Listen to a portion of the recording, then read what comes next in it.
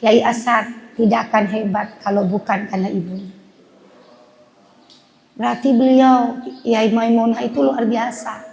Sampai walaupun satu, putranya 2 laki-laki. Cuma yang satu tidak sempat nikah, menjadi hakim di Mekah. Punya rumah istana di Mekah. Cuma sudah sekarang dibuat jalannya istana raja. Di Siip Ali. Saya sempat tahu tahun 90 saya pernah ke dalamnya beliau.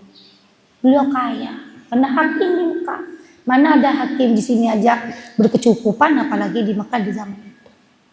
Terus Kiai Asad itu ya kita bagaimana hari ini memiliki amaliyah yang cukup luar biasa yang setiap hari kita tawasuli karena beliau wali kutub. Maka banggalah kita punya beliau. Beliau tidak meninggal, cuma pindah alam dengan kita. Kalau kita alam dohir, alam jasa, beliau ada di alam ruh yang bisa melihat kita. Maka jangan pernah putus hubungan ini. Terus tawasul, karena beliau akan mengamini setiap doa-doa kita. Beliau wali kutub saya.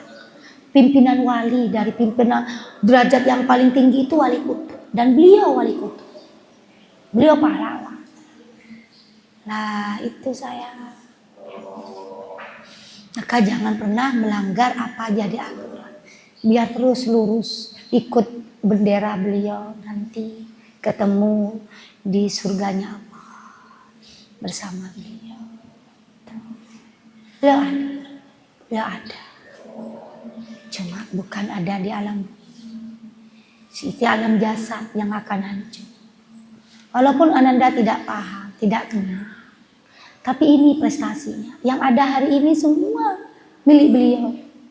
Milik. Tuh. Berarti ibunya Maimunah itu bukan perempuan biasa, tapi perempuan luar biasa. Sampai melahirkan yayasan. Nah, bagaimana kita? Bagaimana kita? Bagaimana Ananda akan melahirkan seorang yang luar biasa? Riyadhahnya ya, kita tidak pernah memotret karena kita belum pernah baca sejarah Bunya Maimunah sampai punya Kiai Asad itu kita tidak pernah motret. Tapi yang jelas beliau istiqomah. Karena putra-putri yang dilahirkan istiqomah semua. Kefawaid istiqomah. Keazaim walaupun datang jam sekian istiqomah. Bunya Maki kalau bilang jam 6 dek berangkat jam 6 istiqomah. Nyetuan mau lama itu berarti kan cucunya. Kalau sudah cucunya istiqomah pasti di atasnya adalah istiqomah. Kita belajar dari perempuan-perempuan hebat. Karena seseorang kalau tidak pernah tahu sejarah, dia ilmunya seperti bayi. Orang ingin tahu, karena kita hidup tidak cukup belajar dari diri sendiri.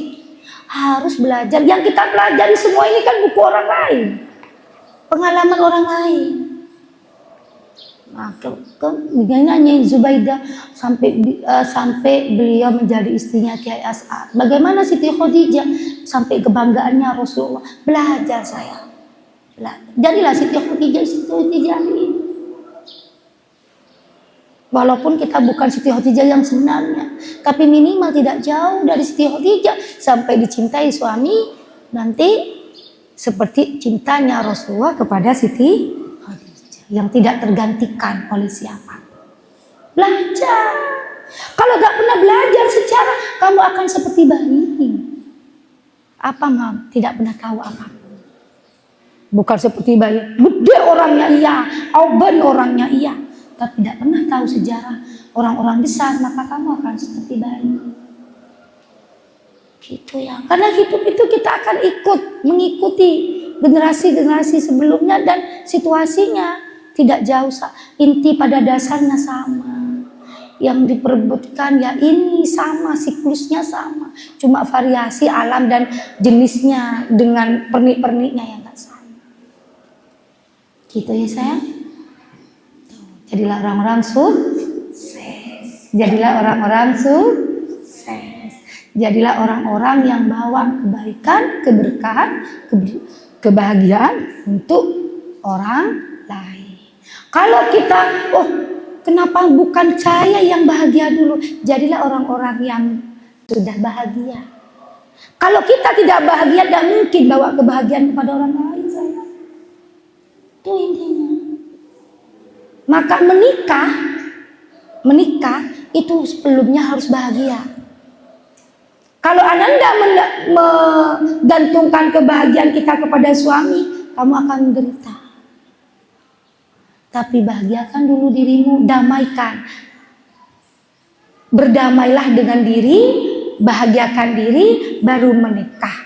Menikah ini nilainya bonus ketika kita bahagia. Bukan tujuannya, karena kita sudah bahagia. Paham saya? Tuh.